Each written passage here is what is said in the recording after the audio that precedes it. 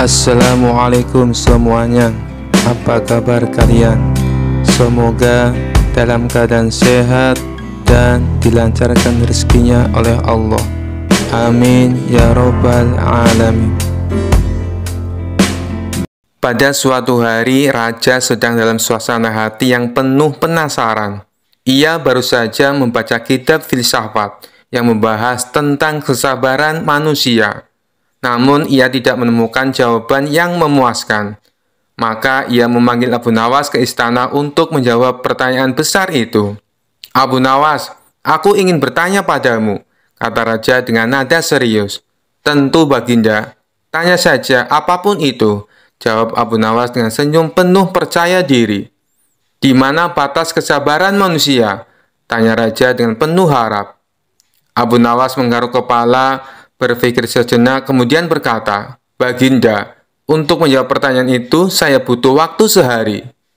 Raja mengangguk setuju. "Baiklah, aku beri kau waktu sehari, tapi jangan coba-coba mengelak." Keesokan harinya, Abu Nawas datang ke istana dengan membawa seember air. Raja penasaran, apa maksudnya membawa ember itu? Abu Nawas tersenyum dan berkata, "Baginda, saya akan menunjukkan batas kesabaran hari ini. Silakan duduk di kursi megah itu." Raja menurut. Abu Nawas kemudian menuangkan air dari ember ke kepala raja, membuatnya basah kuyup. "Abu Nawas, apa yang kau lakukan?" teriak raja marah. Abu Nawas tetap tenang. "Baginda, sabar dulu. Bukankah Baginda ingin tahu di mana batas kesabaran? Saya sedang mengujinya." Raja berusaha menahan amarahnya. "Baiklah, aku akan sabar." Abu Nawas tersenyum lebar. Namun beberapa menit kemudian, ia mengambil seember air lagi dan menuangkannya ke kepala raja. "Abu Nawas, kali ini kau sudah keterlaluan," bentak sang raja. Abu Nawas hanya mengangkat bahu. "Baginda, sabar itu tidak ada batasnya, kecuali Baginda sendiri yang memutuskan batas itu." Raja terdiam merenungi kata-kata Abu Nawas. Tapi sebelum ia sempat menjawab, Abu Nawas berkata lagi, "Namun kalau Baginda sudah marah, artinya Baginda sudah menemukan batas kesabaran itu. Jadi saya sudah berhasil menjawab pertanyaan Baginda." Raja akhirnya tertawa terbahak-bahak. "Abu Nawas, kau benar-benar cerdik sekaligus nakal. Tapi aku paham sekarang, batas kesabaran memang tergantung pada diri sendiri." Abu Nawas tersenyum penuh kemenangan. "Betul sekali Baginda, tapi saya harap Baginda tetap sabar, karena air ini tadi adalah air sumur yang dingin sekali." Raja tertawa lagi, meski masih sedikit kesal, dan memaafkan Abu Nawas. Sejak itu Raja belajar untuk lebih memahami kesabaran, terutama saat berhadapan dengan kecerdikan Abu Nawas. Kisah selanjutnya. Suatu hari, raja yang terkenal sering memberi perintah aneh-aneh memanggil Abu Nawas ke istana. Dengan senyum penuh tipu muslihat, raja berkata, "Abu Nawas, aku punya tugas penting untukmu." Abu Nawas bertanya dengan hati-hati, "Tugas apa, tuanku?" Raja mengangkat tangan dan berkata dengan nada serius, "Aku ingin kau menangkap petir saat hujan turun. Aku ingin melihat kekuatanmu yang legendaris." Abu Nawas terperangah. Tapi ia segera menyadari bahwa ini adalah salah satu ujian dari raja yang ingin mengerjainya. Sambil berpikir cepat, ia tersenyum licik dan berkata, "Baik, tuanku, hamba siap melaksanakan perintah ini. Tapi ada satu hal yang hamba butuhkan." Raja penasaran, "Apa yang kau butuhkan, Abu Nawas?" Dengan tenang, Abu Nawas menjawab, "Hamba butuh seember besar rantai emas dari istana. Karena petir hanya bisa ditangkap dengan rantai emas, dan hamba butuh pasukan istana yang akan membantu menahan rantai emas tersebut saat petir datang." Raja terkejut mendengar permintaan itu. "Mengapa kau butuh rantai emas dan pasukan?" tanyanya. Abu Nawas dengan cerdas menjawab, "Petir itu sangat kuat, tuanku. Kalau aku menangkapnya sendiri tanpa rantai emas dan bantuan pasukan, pasti aku akan terbakar oleh kekuatan petir. Tapi kalau ada rantai emas dan pasukan, maka petir akan tertarik ke rantai itu dan bisa ditangkap dengan aman." Raja terdiam sejenak.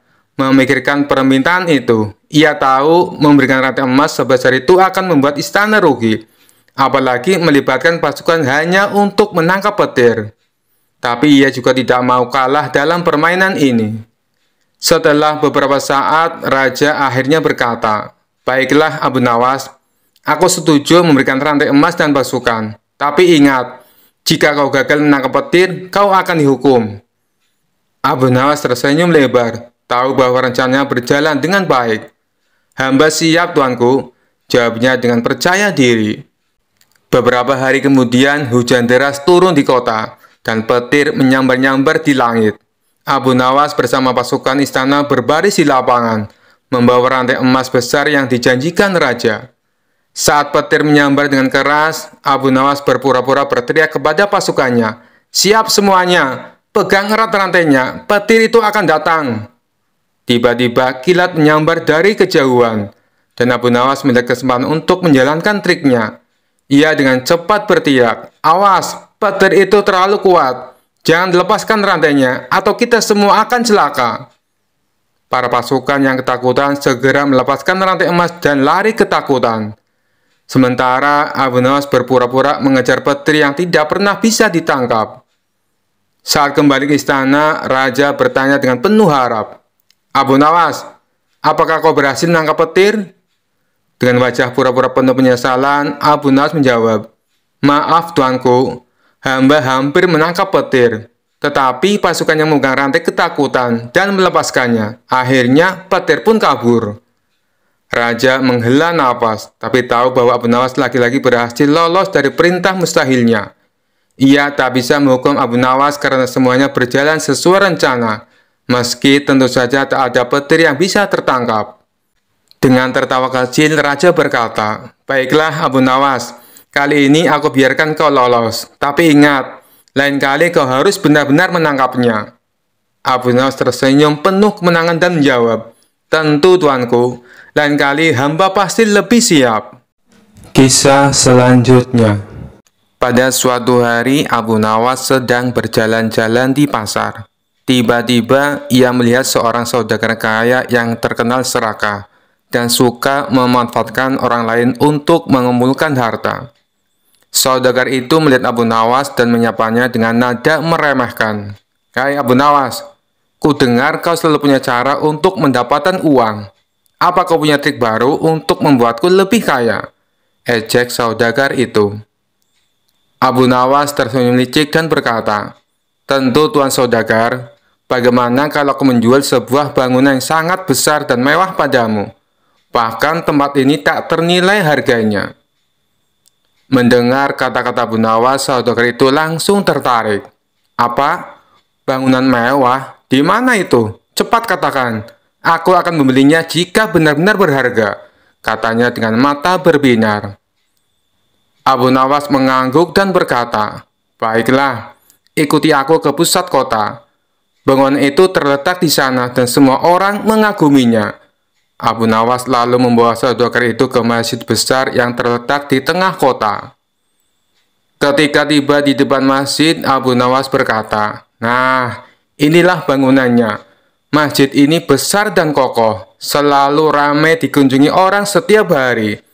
Jika kau membelinya, maka semua orang akan menghormatimu." Saudagar itu melihat bangunan masjid dengan penuh kagum. Benar juga, masjid ini memang terlihat megah dan banyak orang datang ke sini. "Kalau aku memiliki masjid ini, aku semakin disegani," katanya sambil menggosok-gosok tangannya penuh antusias. Abu Nawas lalu menawarkan harga yang sangat tinggi. "Baiklah, masjid ini kuberikan padamu dengan harga 100 keping emas," katanya dengan senyum lebar. Tanpa pikir panjang, saudagar itu setuju dan membayar Abu Nawas. Setelah menerima uangnya, Abu Nawas bergegas pergi sambil menahan tawa. Keesokan harinya, saudagar itu kembali ke masjid dengan sombong, berpikir akan menagih sewa dari orang-orang yang datang. Namun ketika ia tiba di sana, orang-orang di masjid mulai berteriak marah. "Apa maksudmu mengaku-ngaku masjid ini milikmu? Ini rumah ibadah, bukan properti pribadi." Saudagar itu kebingungan. Ia pun berlari mencari Abu Nawas untuk meminta penjelasan. Saat menemukannya, ia langsung marah. "Abu Nawas, kau menipuku. Kau jual masjid padaku padahal itu milik umum." Dengan tenang, Abu Nawas menjawab, "Tuan saudagar, kau yang terlalu serakah. Bukankah sudah kukatakan, ini tempat yang tak ternilai harganya dan dihormati semua orang. Namun, niatmu hanyalah untuk pamer kekayaan.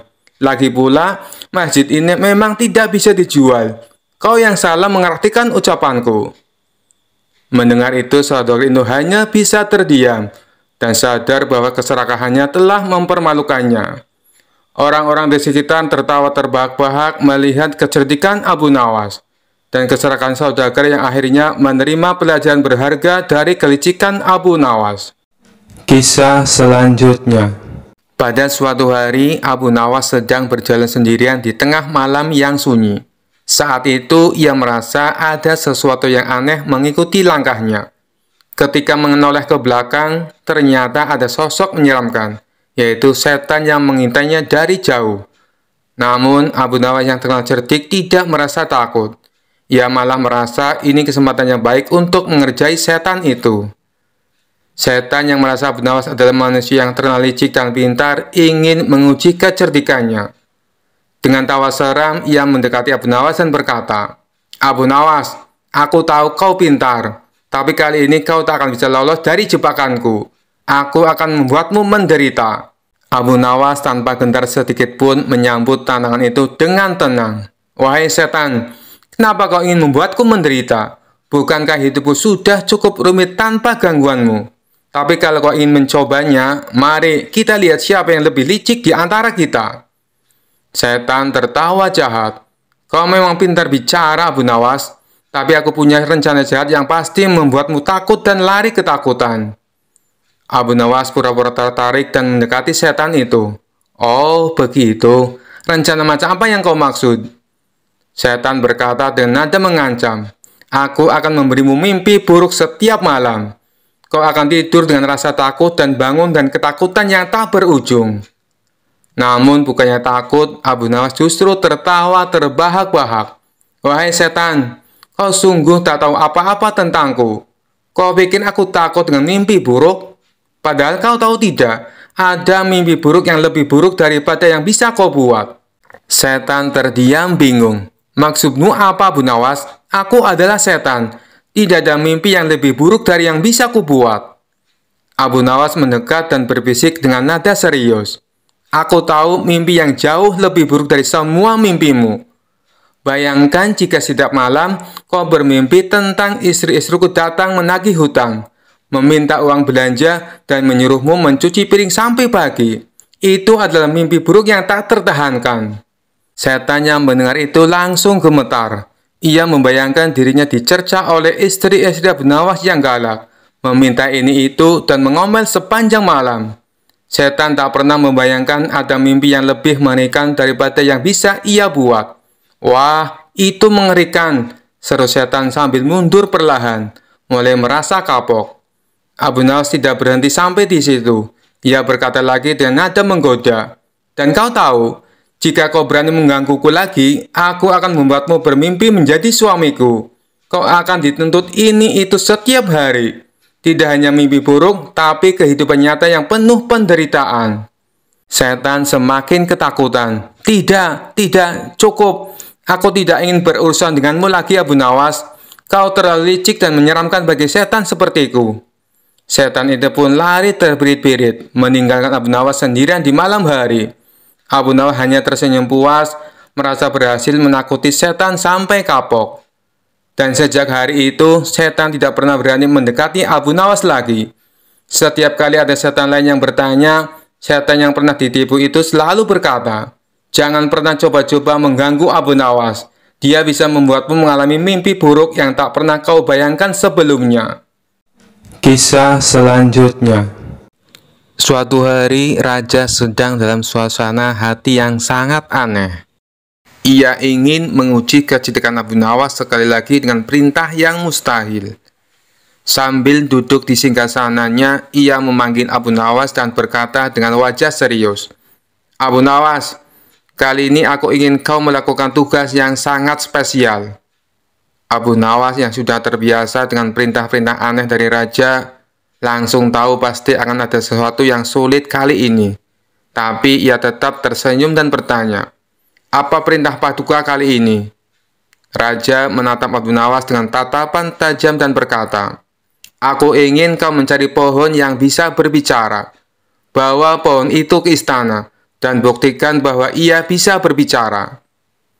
Abu Nawas terdiam sejenak, lalu tertawa kecil di dalam hati. Ia tahu bahwa tugas ini mustahil dilakukan. Namun, ia tidak ingin mengecewakan raja. Jadi, ia memutuskan untuk menerima tantangan ini dengan cara yang cerdik. "Baiklah, Paduka," kata Abu Nawas sambil tersenyum. "Berikan aku waktu seminggu, dan aku akan mencari pohon yang bisa berbicara." Raja mengangguk setuju, meski dalam hati merasa yakin Abu Nawas tidak akan bisa menyelesaikan tugas ini. Selama seminggu, Abu Nawas berpikir keras mencari cara untuk menyelesaikan tugas tersebut. Ia berjalan-jalan di sekitar hutan, mengamati pohon-pohon, dan akhirnya mendapatkan ide cemerlang. Setelah seminggu, Abu Nawas kembali ke istana dengan wajah penuh percaya diri. Raja yang penasaran langsung bertanya, "Bagaimana, Abu Nawas? Apakah kau menemukan pohon yang bisa berbicara?" Abu Nawas tersenyum dan menjawab, "Tentu saja, Paduka. Pohon itu ada di hutan dekat desa. Saya sudah berbicara dengannya, dan ia setuju untuk menjawab pertanyaan Paduka. Tapi pohon itu punya syarat." Raja tercengang dan bertanya, "Syarat? Apa syaratnya?" Abu Nawas menjelaskan, "Pohon itu tidak mau diganggu oleh banyak orang. Ia ingin Paduka datang sendirian tanpa ada pengawal. Hanya dengan begitu ia akan berbicara." Raja yang penasaran dengan keajaiban ini segera setuju. "Baik, aku akan pergi sendirian. Tunjukkan di mana pohon itu berada." Abu Nawas lalu membawa raja ke hutan, menuju sebuah pohon besar yang sangat tua. Pohon itu tampak kokoh dengan akar yang besar menjalar di sekelilingnya. Setelah sampai di depan pohon, Abu Nawas berkata, "Inilah pohon yang bisa bicara, Paduka. Silakan berbicara padanya, dan ia akan menjawab." Raja yang penasaran mendekati pohon itu dan mulai bertanya, "Wahai pohon, benarkah kau bisa berbicara?" Tentu saja pohon itu diam saja, tidak ada suara apapun. Raja mulai bingung, lalu menoleh ke Abu Nawas dan bertanya, "Mengapa pohon ini tidak berbicara?"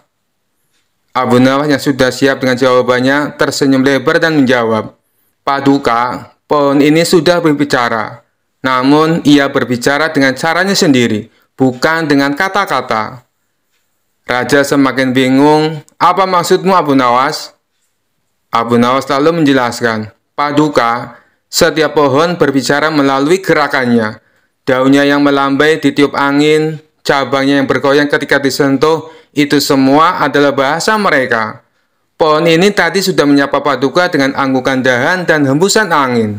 Bukankah itu tanda ia merespon kehadiran Paduka?" Raja berpikir sejenak, lalu melihat ke arah pohon yang memang melambai sedikit karena angin. Meskipun Raja tahu bahwa pohon tidak berbicara seperti manusia, ia tidak bisa menyangkal kecerdikan Abu Nawas. "Abu Nawas, kau memang luar biasa," kata Raja sambil tertawa. "Aku tidak menyangka kau bisa menemukan jawaban untuk tugas ini. Pohon ini memang tidak berbicara seperti manusia, tapi aku harus mengakui, kau benar, setiap makhluk punya cara sendiri untuk berbicara." Abu Nawas membungkuk hormat dan berkata, "Terima kasih, Paduka. Pohon ini memang luar biasa, seperti halnya setiap ciptaan di alam. Mereka semua berbicara, hanya saja kita yang harus mendengarkan dengan cara yang berbeda." Raja puas dengan jawaban itu, dan sejak itu ia tidak pernah lagi meragukan kecerdikan Abu Nawas. Meskipun perintah-perintah ia berikan selalu di luar akal sehat. Dan tentu saja orang-orang di istana kembali tertawa, karena Abu Nawas lagi-lagi berhasil mengatasi tantangan yang mustahil dengan cara yang kocak dan cerdas. Kisah selanjutnya. Kala itu kota Baghdad mendadak gempar oleh kehadiran orang asing. Persoalannya bukan pada orangnya, melainkan orang asing tersebut tidak mempercayai adanya Tuhan. Bukan hanya itu saja, ia juga menantang orang-orang Muslim berdebat mengenai adanya Tuhan. Kabar ini pun sampai ke telinga Baginda Raja. Karena dianggap bikin resah masyarakat, orang asing ini lalu dipanggil ke istana. "Apa tujuanmu membuat onar di negeri kami?" tanya Baginda Raja. Orang asing ini menjawab, "Untuk apa mengaku bertuhan kalau tidak bisa menjawab pertanyaanku?" Kemudian Baginda Raja bertanya kembali, "Apakah kamu tidak percaya adanya Tuhan?"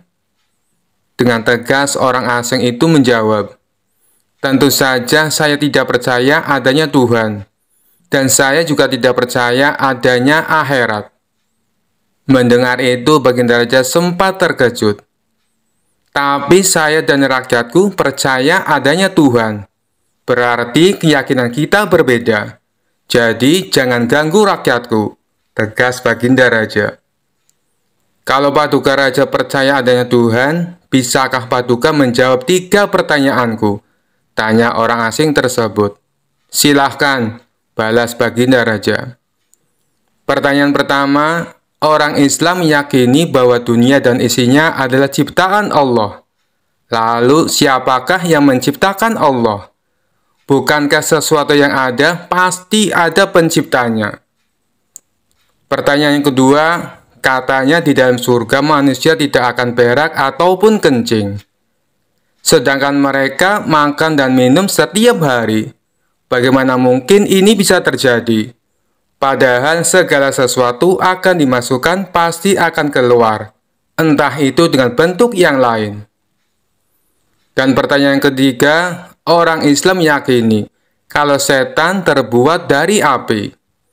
Tapi katanya setan akan disiksa dengan api neraka. Mana mungkin api bisa menyakiti api? Mendengar pertanyaan orang asing itu, Baginda Raja hanya terdiam.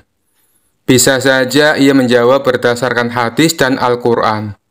Tapi karena yang dihadapi adalah orang yang tidak percaya Tuhan, maka dijawabnya harus dengan logika. Kemudian salah satu menterinya membisikkan kepada Baginda Raja, "Paduka, kalau soal beginian, serahkan saja pada Abu Nawas. Dia pasti bisa mematahkan argumen orang itu." Baginda Raja menyetujui usulan menterinya. Maka dipanggillah Abu Nawas ke istana. Singkat cerita, Abu Nawas pun datang menghadap Baginda Raja. Ia lalu dipersilakan duduk di sampingnya. "Ada apa, Paduka? Kenapa tiba-tiba memanggil hamba?" tanya Abu Nawas. "Begini Abu Nawas, orang asing ini tidak percaya adanya Tuhan. Dan dia mengajukan 3 pertanyaan, tapi jawabannya harus masuk akal," ujar Baginda Raja. Sekilas Abu Nawas menatap orang asing tersebut.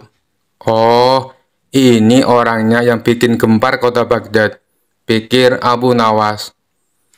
Abu Nawas lalu menghampiri orang asing itu dan duduk tepat di hadapannya. "Silakan, apa yang ingin kau tanyakan?" ujar Abu Nawas dengan penuh percaya diri. Orang asing tersebut memulai pertanyaannya. "Anda sebagai seorang Muslim tentu percaya bahwa segala sesuatu, baik yang terlihat maupun tidak terlihat, pasti ada yang menciptakan." "Ya, tentu saja. Saya percaya," jawab Abu Nawas. "Sekarang saya mau bertanya, siapakah yang menciptakan alam semesta dan seisinya?" tanya orang asing tersebut. "Yang menciptakan alam semesta dan seisinya adalah Allah, Tuhan saya," jawab Abu Nawas. "Oh, baiklah. Lalu siapakah yang menciptakan Allah? Bukankah tadi Anda mengakui bahwa segala sesuatu baik yang terlihat maupun tidak terlihat pasti ada yang menciptakan?" tanya orang asing itu kembali. Sejenak Abu Nawas terdiam. Ia pun lalu berkata, "Anda pasti tahu kalau kami selaku orang Islam mengakui hanya ada satu Tuhan. Kita istilahkan saja Tuhan dengan angka 1. Sekarang gantian aku yang bertanya. Angka 3 berasal dari angka berapa? Tanya Abu Nawas. Angka 3 berasal dari angka 2 ditambah 1. Jawab orang tersebut. Tepat sekali.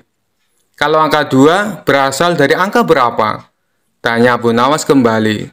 Angka 2 berasal dari angka 1 ditambah 1. Jawab orang asing itu. Benar sekali. Sekarang, kalau angka 1 itu sendiri berasal dari angka berapa? Tanya Abu Nawas. Orang asing itu kaget dengan pertanyaan tersebut. Ia hanya terdiam tak bisa menjawabnya. Kemudian Abu Nawas berkata kembali, pada intinya semua angka pasti ada awalnya. Entah itu angka 5, angka 4, ataupun angka 10.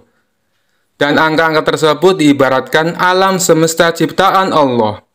Apabila kamu bertanya, siapakah yang menciptakan Allah? Sama halnya saya bertanya dari mana angka 1 itu ada. Kamu pasti tidak akan bisa menjawabnya. Jelas Abu Nawas. Orang itu pun langsung terdiam merenungi kata-kata Abu Nawas. Untuk jawabanmu atas pertanyaanku yang pertama masuk akal juga. Sekarang pertanyaan yang kedua.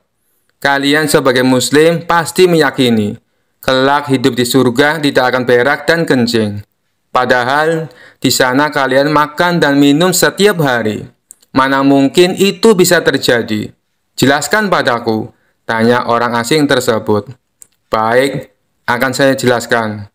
Selama kamu dalam kandungan rahim ibumu, tentunya kamu makan dan minum, bukan? Karena menurut ilmu medis, seorang janin memakan sesuatu yang dimakan ibunya. Lalu ketika kamu dalam kandungan ibumu selama 9 bulan, apakah kamu pernah berak ataupun kencing? Untuk kedua kalinya, pertanyaan orang asing itu bisa dijawab dengan mudah oleh Abu Nawas. Baik, jawabanmu masuk akal. Sekarang, pertanyaan terakhir. Kalian sebagai muslim pasti meyakini kalau setan terbuat dari api, dan neraka juga terbuat dari api. Tapi yang membuat saya heran, katanya setan akan disiksa dengan api neraka. Mana mungkin api bisa menyakiti api? Itu hal konyol yang pernah saya dengar, ujar orang asing tersebut. Bisakah kamu menjelaskannya? Tanyanya kemudian. Sebelum aku menjawab pertanyaan terakhir, aku ingin kita saling berjanji. Apapun jawabannya, kamu tidak boleh marah, pinta Abu Nawas. Tentu saja saya tidak akan marah, apalagi kalau jawabannya masuk akal, balas orang tersebut. Tiba-tiba Abu Nawas menampar pipi orang asing itu sangat keras. Baginda Raja dan orang-orang yang hadir terkejut dibuatnya. Hei, apa-apaan ini? Kalau tidak bisa menjawab, jangan emosi. Apalagi sampai main pukul kayak gini, protes orang asing. Siapa yang emosi? Itu tadi adalah jawaban saya. Apakah tadi kamu merasakan sakit? Tanya Abu Nawas. Tentu saja sakit, jawab orang itu sambil memegang pipinya. Coba kamu perhatikan tangan saya. Bukankah tangan saya terbuat dari tulang dan daging? Begitu juga dengan pipi kamu.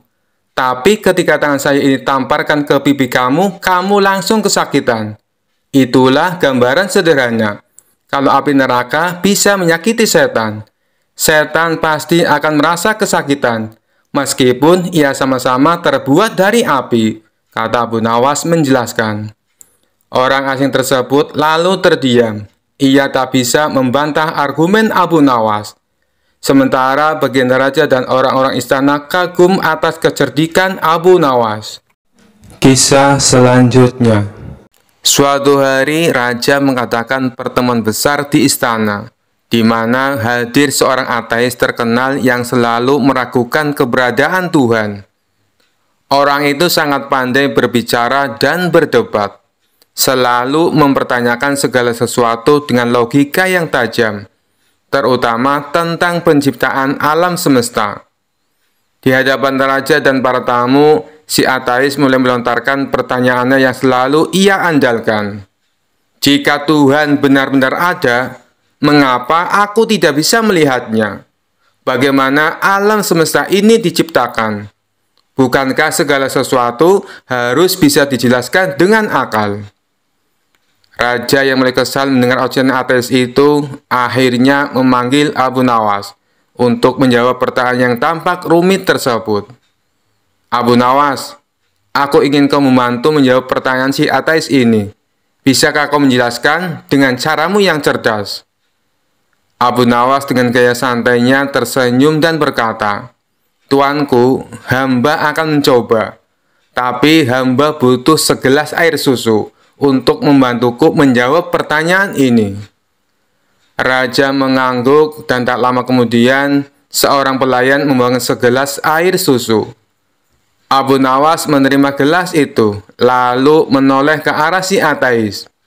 Saudaraku yang ateis, kata Abu Nawas sambil mengangkat gelas susu itu, katakan padaku, dari mana asal susu ini?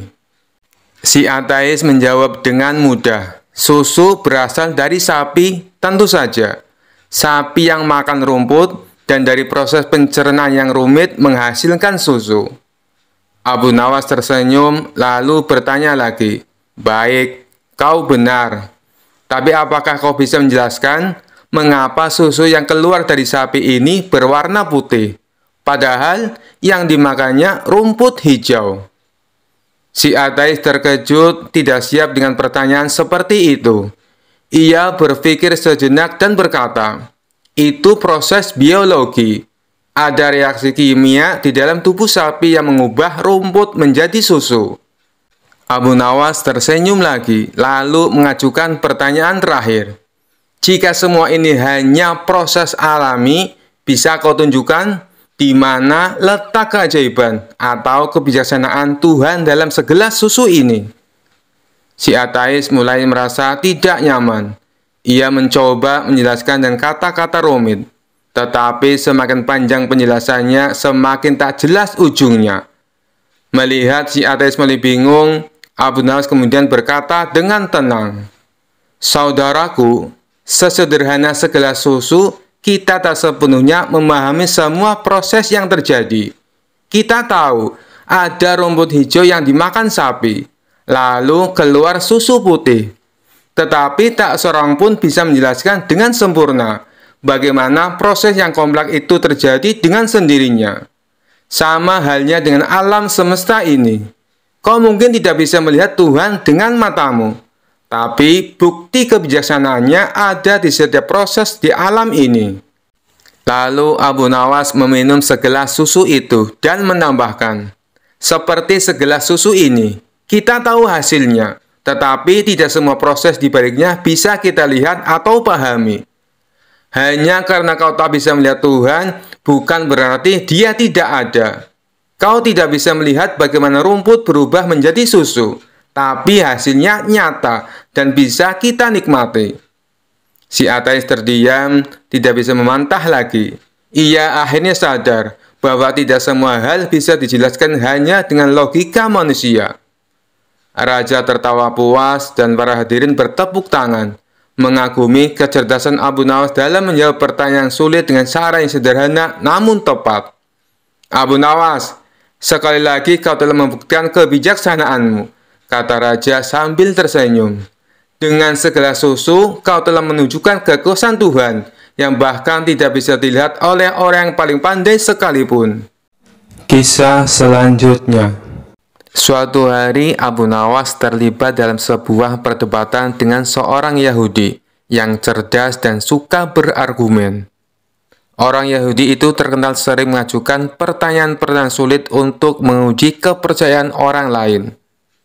Kali ini ia memutuskan untuk menantang Abu Nawas dalam sebuah perdebatan tentang keberadaan siksa kubur. Yahudi itu mendatangi Abu Nawas dengan senyum sinis dan langsung bertanya, Abu Nawas, kau ini terkenal cerdik, tapi aku ingin tahu apakah kau bisa menjawab pertanyaanku. Apakah benar siksa kubur itu ada? Bagaimana bisa ada sesuatu setelah mati? Padahal tubuh sudah tidak hidup lagi. Abu Nawas yang tenang seperti biasa tersenyum dan membalas, tentu saja siksa kubur itu ada, wahai sahabatku.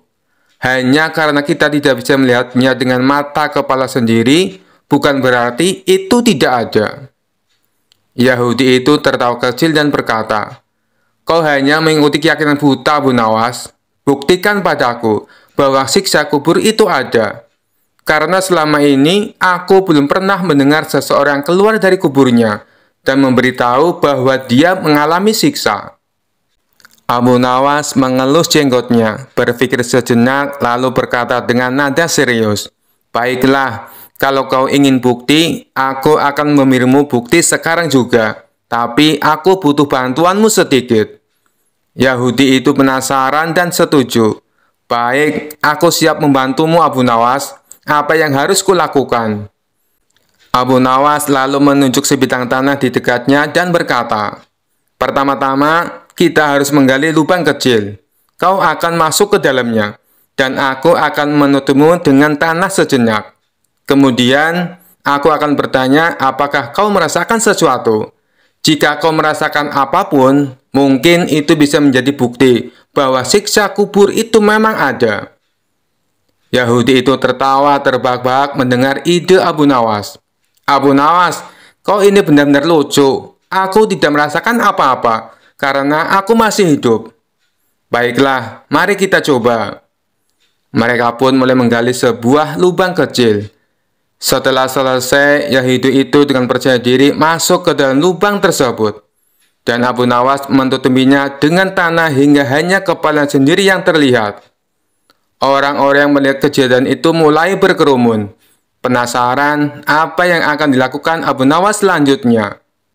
Setelah Yahudi itu berada di dalam lubang, Abu Nawas berdiri di sampingnya, kemudian berkata, "Nah, bagaimana rasanya? Kau merasa nyaman di dalam sana?" Yahudi itu tertawa sambil berkata, "Tentu saja, ini hanya lubang biasa. Aku tidak merasakan apa-apa." Abu Nawas tersenyum licik dan dengan tiba-tiba berteriak keras, "Wahai para pengawal, bawa air keranjang dan tikus tanah." Pengawal yang kebingungan mengikuti perintah Abu Nawas langsung bergegas. Mendengar perintah aneh itu, Yahudi yang tadinya tertawa-tawa mulai merasa cemas. "Untuk apa kau memanggil air dan tikus, Abu Nawas?" Dengan wajah tenang, Abu Nawas menjawab, "Oh, aku hanya ingin memberikan sedikit hiburan untukmu di dalam lubang itu. Kita akan siramkan air dingin supaya kau merasakan sensasi beku. Dan tikus-tikus tanah ini akan menggali di sekitarmu. Mungkin mereka akan berusaha mengunyah sepatumu juga." Mendengar penjelasan itu, Yahudi itu langsung pucat dan mulai merasa tidak nyaman. "Hai Abu Nawas, aku bercanda. Keluarkan aku dari sini. Aku tidak mau ada air dingin atau tikus tanah." Abu Nawas pura-pura terkejut. "Oh, kau takut? Tapi bukankah tadi kau berkata bahwa kau tidak merasakan apa-apa di dalam lubang? Mengapa tiba-tiba kau khawatir?" Yahudi itu mulai panik. "Abu Nawas, keluarkan aku dari sini sekarang. Aku minta maaf telah menantangmu. Aku tidak mau merasakan apapun di dalam kubur ini, bahkan tikus sekalipun." Abu Nawas tertawa kecil, lalu segera mengangkat Yahudi itu keluar dari lubang. Setelah keluar, Yahudi itu tampak kebingungan, tapi juga merasa lega. Abu Nawas menepuk bahu Yahudi itu sambil berkata, "Kau lihat sahabatku, bahkan di lubang kecil itu, ketika aku menyebutkan tentang siksa kecil seperti air dingin dan tikus, kau sudah mulai takut. Padahal itu bukan siksa kubur yang sebenarnya. Bayangkan jika kau berada di dalam kubur yang sesungguhnya dan merasakan siksa yang tidak bisa kau bayangkan." Yahudi itu terdiam, merenungi kata-kata Abu Nawas. Ia akhirnya menyadari bahwa ada banyak hal yang tidak bisa dijelaskan dengan logika sederhana. Dan rasa takut yang ia alami tadi menjadi bukti bahwa sesuatu yang tak terlihat memang bisa nyata adanya. "Baiklah Abu Nawas," kata Yahudi itu dengan wajah serius. "Kau menang kali ini. Aku belajar satu hal penting hari ini. Kadang sesuatu yang tidak terlihat justru lebih menakutkan daripada yang bisa kita lihat." Abu Nawas tersenyum dan menjawab, "Betul sekali sahabatku. Bukan hanya mata yang menjadi saksi kebenaran, tapi juga hati dan perasaan. Semoga kau mendapatkan pelajaran dari pengalaman ini." Kisah selanjutnya. Dikisahkan ada 3 orang yang cukup terkenal cerdik dan pandai berkeliling negeri untuk menantang adu pintar dengan siapapun. Pada hari yang ketiga, orang itu memasuki kampung Abu Nawas. Penduduk sepakat untuk menghadapi ketiga orang itu, maka mereka sodorkan si cerdik Abu Nawas. Saya yakin Abu Nawas bisa mengatasi 3 orang itu, ujar salah seorang penduduk. Singkat cerita, Abu Nawas akhirnya setuju menghadapi orang itu. Adu kepintaran antara Abu Nawas dan ketiga orang itu diadakan di tengah lapangan, sehingga masyarakat bisa menonton. Setelah waktu yang ditentukan tiba, maka berkumpullah para penduduk setempat. Abu Nawas tampak santai, acara pun segera dimulai. Masing-masing kontestan memperkenalkan diri masing-masing. Sebagai penghormatan, juri mempersilahkan 3 orang itu untuk bertanya kepada Abu Nawas. Ketiga orang itu sangat senang mendapat kesempatan bertanya lebih dulu. Maka dengan congkaknya orang pertama bertanya kepada Abu Nawas, "Di mana sebenarnya pusat bumi ini, wahai Abu Nawas yang tolol?" Abu Nawas tersenyum simpul, dibilang tolol. Si cerdik ini menjawab, "Itu sih gampang." "Kalau begitu di mana?" desak orang itu. "Tepat di bawah telapak kaki saya, saudari yang budiman," ujar Abu Nawas dengan senyum mengembang sembari merapalkan kakinya dan sedikit membungkuk. Jawaban Abu Nawas itu membuat orang kedua tidak terima. Ia langsung berkata dengan keras, "Bagaimana saudara bisa membuktikan hal itu? Jika kalian tidak percaya atas jawabanku, ukur saja sendiri," jawab Abu Nawas enteng. Tampaknya jawaban itu telah membuat orang pertama tertegun dan hanya biasa diam saja. Untuk itulah tiba giliran orang kedua mengajukan pertanyaan kepada Abu Nawas. "Berapa banyak jumlah bintang di langit?" Pernyataan yang nyaris sama dan sudah pasti dijawab oleh Abu Nawas dengan mudah. "Bintang-bintang yang ada di langit itu jumlah sama dengan rambut yang tumbuh di keledaiku ini," ujar Abu Nawas sembari menuding keledainya yang sedang merumput. "Bagaimana saudara bisa membuktikan hal itu?" tanya orang kedua dengan suara tinggi. "Nah, kalau tidak percaya, hitung saja rambut yang ada di keledai ini. Nanti saudara akan tahu kebenarannya," jawab Abu Nawas. "Itu sih bodoh, akal-akalan saja. Bagaimana orang bisa menghitung bulu keledai?" sanggah orang pintar kedua itu. "Nah, kalau aku bodoh, berarti saudara juga bodoh. Bagaimana bisa orang menghitung bintang di langit?" ujar Abu Nawas tak mau kalah. Mendengar jawaban itu, si orang kedua pun langsung mengunci mulutnya. Sekarang tampillah orang yang ketiga. Orang ini konon paling cerdas di antara yang lain.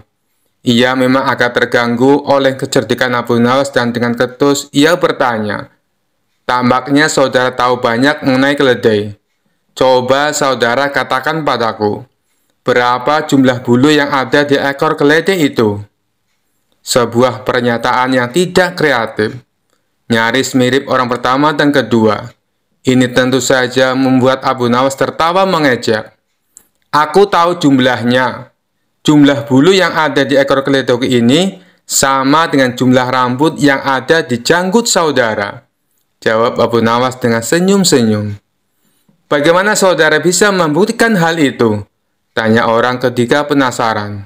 "Oh, itu mudah saja. Begini saudara. Saudara mencabut sehelai bulu dari ekor keledaiku. Kemudian saya akan mencabut sehelai rambut dari janggut saudara.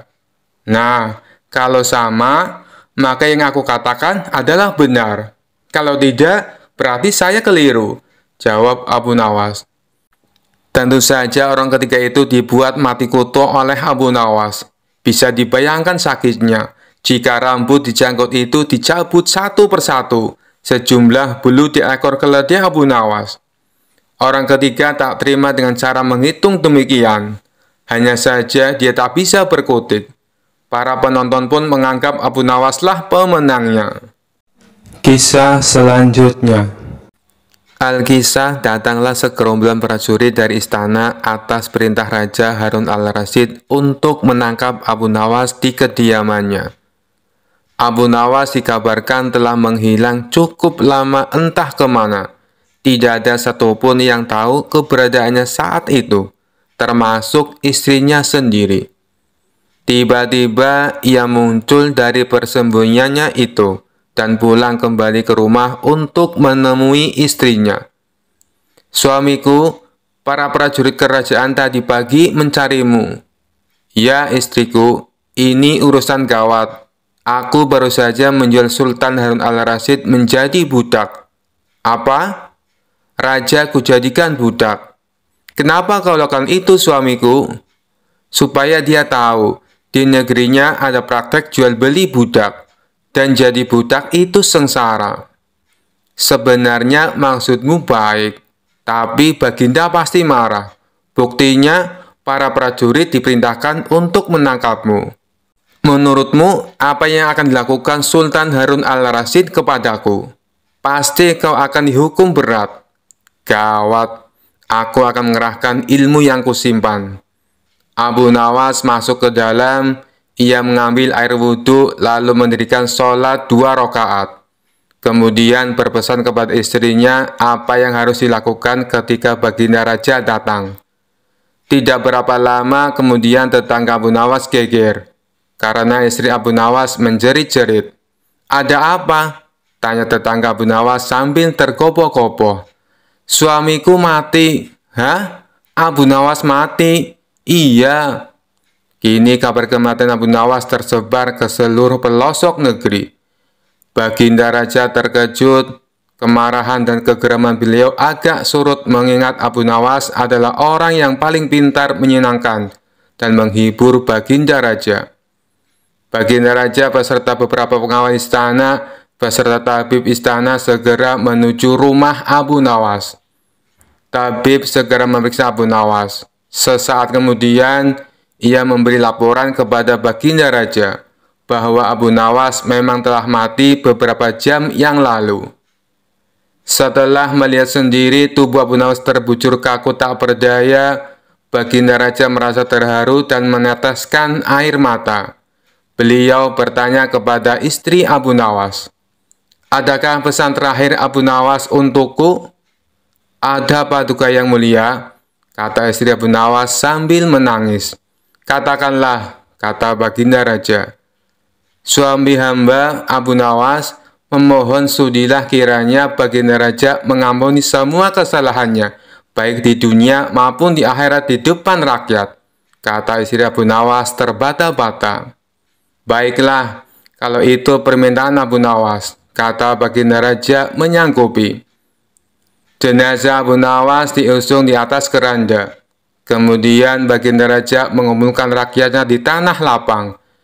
Beliau berkata, "Wahai rakyatku, dengarkanlah bahwa hari ini aku, Sultan Harun al-Rasyid, telah memaafkan segala kesalahan Abu Nawas yang telah diperbuat terhadap diriku dari dunia hingga akhirat, dan kalianlah sebagai saksinya." Tiba-tiba dari dalam keranda yang terbungkus kain hijau terdengar suara keras, "Syukur!" Seketika pengusung jenazah ketakutan, apalagi melihat Abu Nawas bangkit berdiri seperti mayat hidup.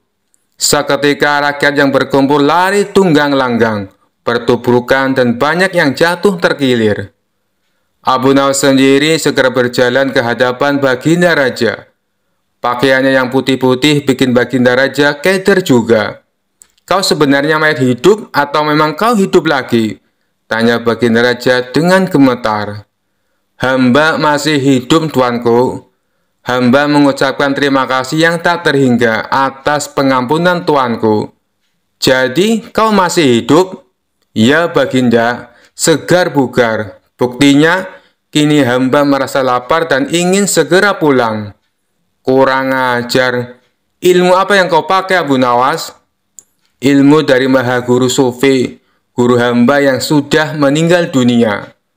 Ajarkan ilmu itu kepadaku." Tidak mungkin, Baginda. Hanya guru hamba yang mampu melakukannya. Hamba tidak bisa mengajarkannya sendiri. Dasar pelit, Baginda Raja menggerutu kecewa. Kisah selanjutnya. Dikisahkan Abu Nawas mempunyai tetangga yang licik yang bernama Abu Jahal. Abu Jahal mempunyai kebun yang ditanami berbagai macam buah-buahan. Kebun Abu Jahal ini berdekatan dengan kebun milik Abu Nawas. Kebun milik Abu Nawas hanya dibatasi tumpukan batu. Sedangkan Abu Jahal berkeinginan menambah luas area kebunnya. Abu Jahal berpikir keras agar keinginannya bisa terwujud. Hal ini sampai membuatnya dia susah untuk tidur. Kemudian terlintas niat jahat di benaknya. Aku harus melakukannya sekarang, mumpung waktunya sudah malam, pikir Abu Jahal. Di tengah malam gelap gulita, Abu Jahal langsung pergi menuju kebun miliknya. Ia mencari pembatas tumpukan kayu yang menjadi pemisah antar kebunnya dan kebun milik Abu Nawas. Setelah menemukannya, Abu Jahal mulai mengangkat satu persatu batunya, lalu memindahkan ke area kebun milik Abu Nawas. Dengan begitu, luas kebun milik Abu Jahal menjadi bertambah luas. Setelah selesai, dia kembali pulang ke rumahnya dengan sembunyi-sembunyi. Dia senang dengan apa yang dilakukannya. Selama beberapa hari, Abu Nawas tidak menyadari dengan perbuatan Abu Jahal.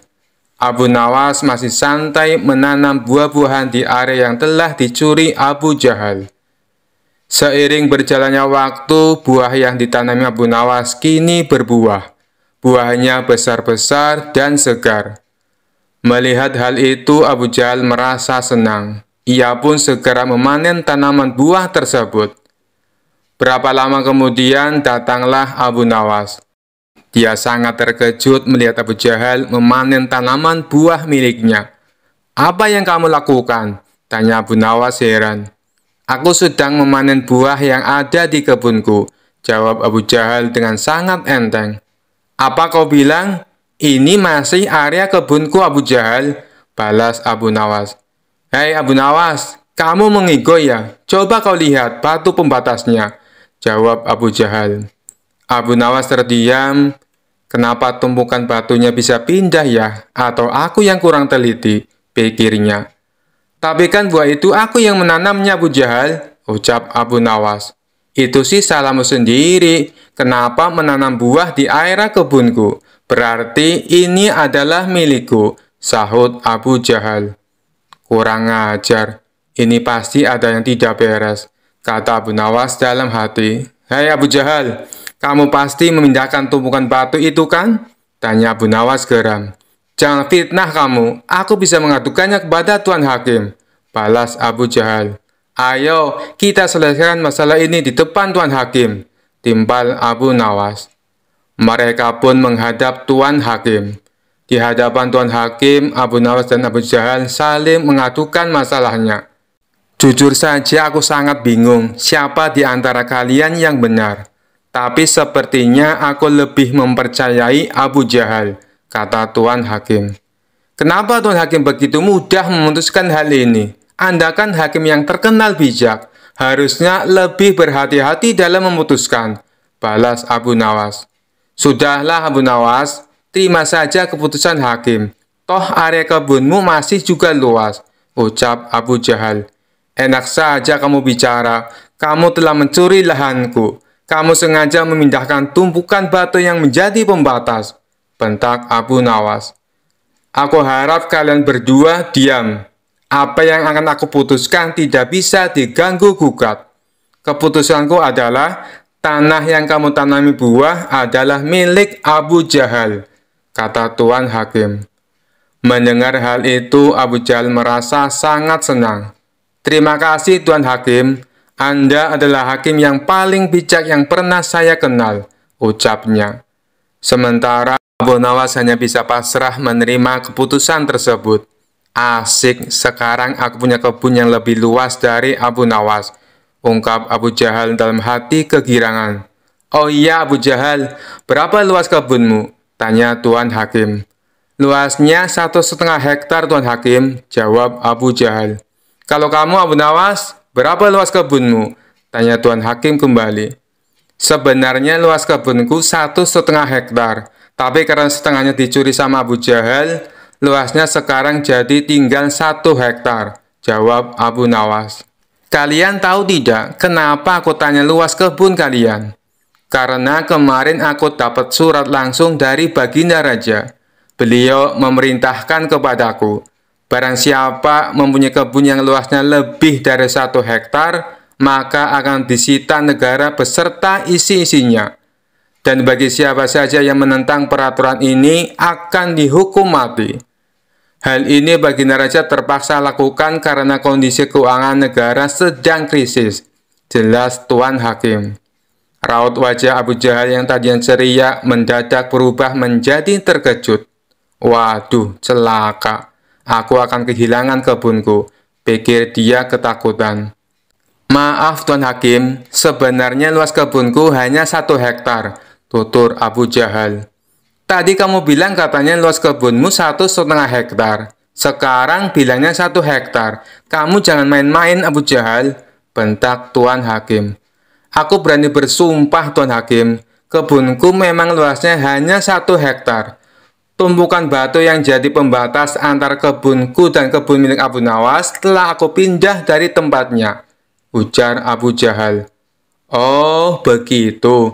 Jadi tanah yang ditanam buah oleh Abu Nawas sebenarnya masih area kebun dia, tanya Tuan Hakim memastikan. Benar Tuan Hakim, jawab Abu Jahal. Bagaimana denganmu Abu Nawas? Apakah benar luas kebunmu 1,5 hektar? Tanya Tuan Hakim kepada Abu Nawas. Benar Tuan Hakim, jawab Abu Nawas pasrah. Nah, kalau begini kan jelas siapa yang sebenarnya berbohong. Pengawal, tangkap Abu Jahal dan masukkan ke penjara karena telah mencuri kebun milik Abu Nawas, perintah Tuan Hakim. Tapi Tuan Hakim, kebunku tidak disitakan? Tanya Abu Jahal khawatir. Tidak ada yang namanya penyitaan, itu hanya trik saja. Supaya bisa menyelesaikan perkara kalian berdua dengan adil, balas Tuan Hakim. Mendengar hal itu, Abu Jahal langsung terkulai lemas. Sementara Abu Nawas tersenyum bahagia karena bisa mendapatkan kembali luas kebunnya. Kisah selanjutnya. Kisah Abu Nawas kali ini berawal dari Baginda Raja yang memiliki seorang menteri kepercayaan dan senantiasa mendampinginya. Menteri itu bernama Abu Jahal. Namun kepercayaan yang diberikan oleh Baginda Raja sering dimanfaatkan oleh Abu Jahal untuk memperkaya diri. Terkadang ia meminta upeti kepada rakyat dengan mengatasnamakan Baginda Raja. Hal ini tentu saja membuat Abu Nawas geram, tapi tidak berani mengadukannya kepada Baginda Raja. Sebab dengan kedudukan yang dimiliki, Abu Jahal bisa saja memutarbalikkan fakta dan menuduh Abu Nawaslah pelakunya. Seiring berjalannya waktu, penasihat istana meninggal dunia. Baginda Raja sangat kehilangan dan belum bisa menemukan penggantinya. Jadi untuk sementara waktu jabatan penasihat istana masih kosong, belum ada yang mendudukinya. Kesempatan ini segera dimanfaatkan Abu Jahal. Ia ingin sekali menduduki jabatan tersebut. Dengan begitu, ia bisa lebih leluasa mempengaruhi Baginda Raja. Segala cara Abu Jahal lakukan. Di depan Baginda Raja, Abu Jahal terus mencari muka agar terpilih menjadi penasehat istana. Tapi sayangnya ambisi Abu Jahal ini harus kandas di tengah jalan. Karena tidak berapa lama Baginda Raja justru memilih Abu Nawas untuk menjadi penasehat istana. Keputusan Baginda Raja ini tentu saja membuat Abu Jahal kecewa, sehingga ia menaruh dendam kepada Abu Nawas. Suatu hari ketika Abu Jahal melihat Abu Nawas sedang duduk bersama Baginda Raja, timbul pemikiran di kepalanya. Seharusnya aku yang ada di tempat Abu Nawas. Abu Nawas tidak pantas duduk di situ. Abu Nawas itu apa dia? Tidak mampu mengurus masalah kerajaan. Pantasnya dia jadi pelawak istana, gerutu Abu Jahal dalam hati. Merasa kecewa dengan keputusan Baginda Raja, Abu Jahal lalu menyampaikan keberatan. Pada suatu hari saat Baginda Raja sedang duduk sendirian di singgasananya, Abu Jahal menghadap dan berkata, "Ampun Paduka yang mulia, hamba izin menghadap Baginda Raja." Baginda Raja terkejut melihat Abu Jahal yang tiba-tiba menghadapnya. "Ada apa Abu Jahal? Apa yang ingin kau sampaikan?" tanya Baginda Raja. "Ampun Paduka yang mulia, hamba rasa Abu Nawas tidak pantas menjabat sebagai penasihat istana. Karena menurut hamba, dia tidak tahu apa-apa soal negara. Abu Nawas itu apa kelihayannya? Cuma melucu," tutur Abu Jahal. "Tapi bukankah Abu Nawas terkenal cerdas? Dia juga seorang yang jujur," ujar Baginda Raja. "Apakah Paduka sudah meragukan kejujuran saya?" tanya Abu Jahal. "Bukan seperti itu. Kamu kan sudah menduduki jabatan Menteri Istana. Jadi wajar kalau Abu Nawas yang mengisi jabatan penasehat istana," jawab Baginda Raja. "Tapi hamba lebih berpengalaman Paduka yang mulia. Apalagi mengenai kenegaraan. Hamba juga ahli berperang. Tubuh hamba kekar dan perkasa. Lalu hamba sudah lama berbakti kepada Baginda Raja. Hamba rasa hambalah yang lebih pantas menjadi penasehat istana," ucap Abu Jahal. Melihat ambisi Abu Jahal yang begitu besar ingin menjadi penasihat istana, Baginda Raja akhirnya membuat keputusan. Ia mengadakan sayembara antara Abu Nawas dan Abu Jahal. Maka dipanggillah Abu Nawas untuk datang ke istana. Singkat cerita, Abu Nawas pun menghadap Baginda Raja. "Ampun Paduka yang mulia, ada gerangan apa memanggil hamba?" tanya Abu Nawas. "Hei Abu Nawas, Abu Jahal sangat menginginkan jabatan penasehat istana. Dia minta supaya jabatanmu diganti olehnya. Tapi aku juga tidak mungkin memecatmu. Biar adil, maka aku putuskan akan mengadakan sayembara untuk kalian berdua. Siapa yang jadi pemenangnya, maka dialah yang berhak menjadi penasehat istana," jelas Baginda Raja. Sejenak Abu Nawas terdiam dan berpikir Abu Jahal pasti punya rencana busuk. Jangan sampai dia jadi penasihat istana. Bisa-bisa rakyat makin tertindas oleh kelakuannya, pikir Abu Nawas.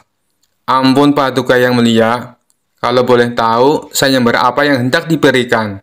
tanya Abu Nawas. "Aku ingin masing-masing dari kalian membawakan 1 gentong air laut, tapi yang rasanya tawar," perintah Baginda Raja. Abu Nawas dan Abu Jahal langsung terkejut mendengar permintaan Baginda Raja yang aneh itu. "Sekarang pulanglah kalian berdua, dan besok kembali ke sini dengan membawa air laut yang rasanya tawar," kata Baginda Raja melanjutkan. Sesampainya di rumah, Abu Nawas terus memikirkan dan mencari tahu keberadaan laut yang airnya tawar. Mana ada air laut yang rasanya tawar?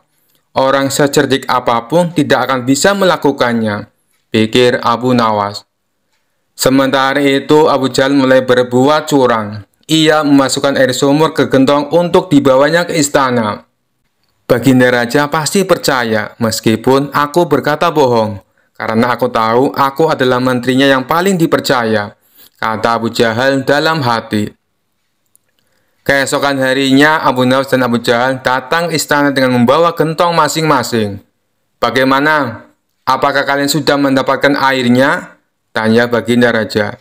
"Sudah Paduka yang mulia," jawab Abu Jahal dan Abu Nawas serempak. Kemudian Abu Jahal maju lebih dulu menyerahkan gentongnya. "Ini Paduka, air laut permintaan Paduka," ucap Abu Jahal. Baginda Raja lalu mencicipi air yang dibawa Abu Jahal. "Bagus Abu Jahal, air ini rasanya tawar. Tapi benarkah ini berasal dari laut?" tanya Baginda Raja. "Benar sekali Paduka, hamba sengaja mengambilnya dari laut yang tidak diketahui oleh banyak orang," jawab Abu Jahal penuh percaya diri. Sekarang tibalah giliran Abu Nawas menyerahkan gentong miliknya.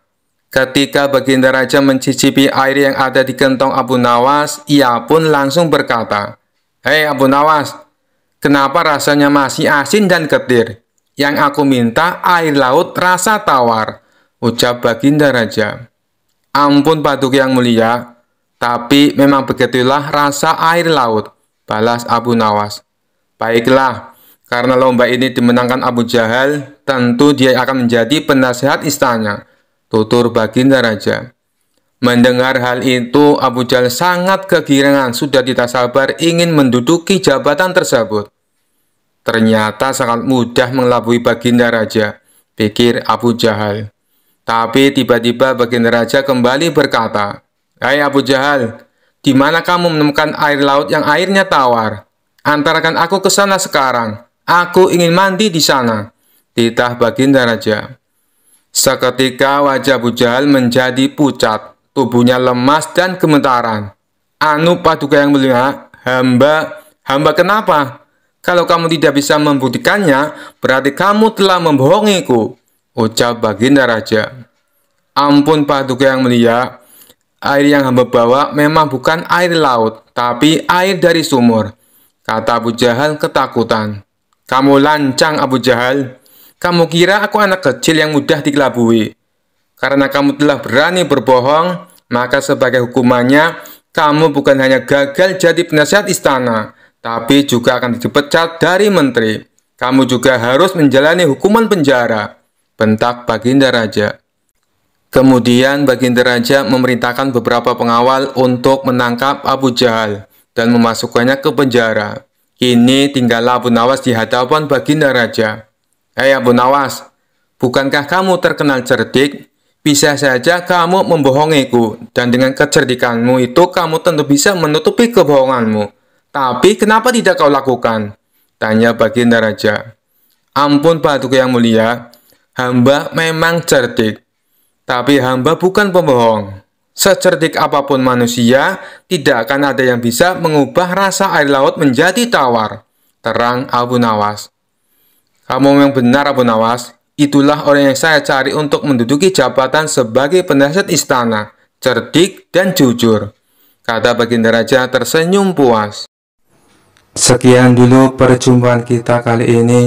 Sampai bertemu lagi di kisah-kisah selanjutnya. Terima kasih yang sudah subscribe dan setia menonton channel ini. Wassalamualaikum warahmatullahi wabarakatuh.